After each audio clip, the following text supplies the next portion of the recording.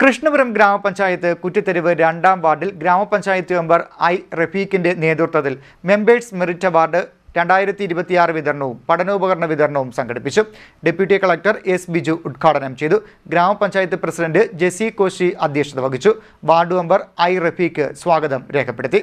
കൃഷ്ണപുരം ഗ്രാമപഞ്ചായത്തിലെ കുറ്റിത്തെരുവ് 2-ാം വാർഡിൽ ഗ്രാമപഞ്ചായത്ത് അംഗം ഐ റഫീഖിന്റെ നേതൃത്വത്തിൽ മെമ്പേഴ്സ് മെറിറ്റ് അവാർഡ് 2026 എന്ന പേരിൽ മെറിറ്റ് അവാർഡ് വിതരണവും പഠനോപകരണ വിതരണവും സംഘടിപ്പിച്ചു. ഗ്രാമപഞ്ചായത്ത് പ്രസിഡന്റ് ജെസി കോശി അധ്യക്ഷത വഹിച്ച ചടങ്ങ് ഡെപ്യൂട്ടി കളക്ടർ ബിജു എസ് ഉദ്ഘാടനം ചെയ്തു. നമ്മുടെ മിസൈൽമാൻ പറഞ്ഞതുപോലെ സ്വപ്നങ്ങൾ കാണുക. ഈ കാണുന്ന സ്വപ്നങ്ങളെല്ലാം ഒരു സ്വപ്നം കണ്ടതുകൊണ്ടോ ഒരു പ്രാവശ്യം ശ്രമിച്ചതുകൊണ്ടോ നമ്മളത് എത്തപ്പെടുമെന്നോ വിജയിക്കുമെന്നോ ഒന്നുമല്ല. പലരുടെയും ശ്രമങ്ങള് ഒരു 10 വട്ടമെങ്കിലും ശ്രമിക്കുമ്പോൾ വിജയിച്ച ആൾക്കാരുണ്ട്. നിങ്ങൾക്ക് തന്നെ അറിയാം, ഈ ഒരു 2-3 വർഷം മുമ്പുണ്ടായിരുന്ന ഞങ്ങളുടെ ജില്ലാ കളക്ടർ ഉണ്ടല്ലോ, കൃഷ്ണതേജ സാറ്, പുള്ളിയുടെ കഥകൾ നിങ്ങളൊക്കെ കേട്ടിട്ടുണ്ടാവും. യൂട്യൂബിലൊക്കെ ഇഷ്ടം പോലെ കിടന്നടിക്കുന്നുണ്ട്. പുള്ളി പറയുന്നത് അഞ്ചാമത്തെ പ്രാവശ്യം ശ്രമിക്കുമ്പോഴാണ് പുള്ളിക്ക് IAS കിട്ടുന്നത്.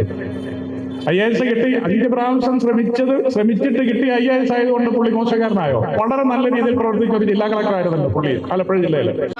നമുക്ക് അറിയാം, മറ്റുള്ളവർക്ക് ഒരു ആക്സിഡന്റ് പറ്റി കിടക്കുന്ന ഒരു വ്യക്തിയെ നമ്മൾ കാണുമ്പോൾ അവരെ അത് ഹോസ്പിറ്റലിൽ കൊണ്ടുപോകാനുള്ള ഒരു കരുണ, അങ്ങനെ മറ്റുള്ളവരിപ്പോൾ നമുക്കൊരു വയ്യാതെ ഒരാൾ കിടക്കുമ്പോൾ അവരെ കാണുമ്പോൾ ദയ, അങ്ങനെയുള്ള കുഞ്ഞുങ്ങളായി നിങ്ങൾ ഓരോരുത്തരും മാറണം.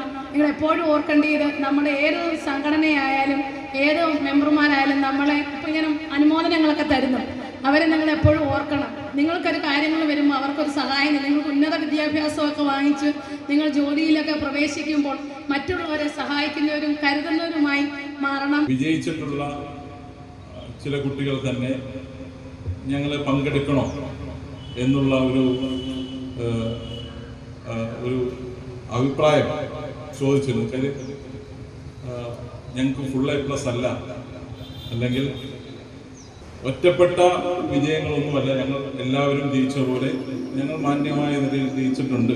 എന്നാലും ഞങ്ങൾ അത്തരത്തിലൊരു അനുമോദനത്തിന് അർഹരാണോ എന്നുള്ള ആശങ്കയോടുകൂടി നമ്മൾ സമീപിക്കുന്ന ഒരു സാഹചര്യം ഉണ്ടായിരുന്നു.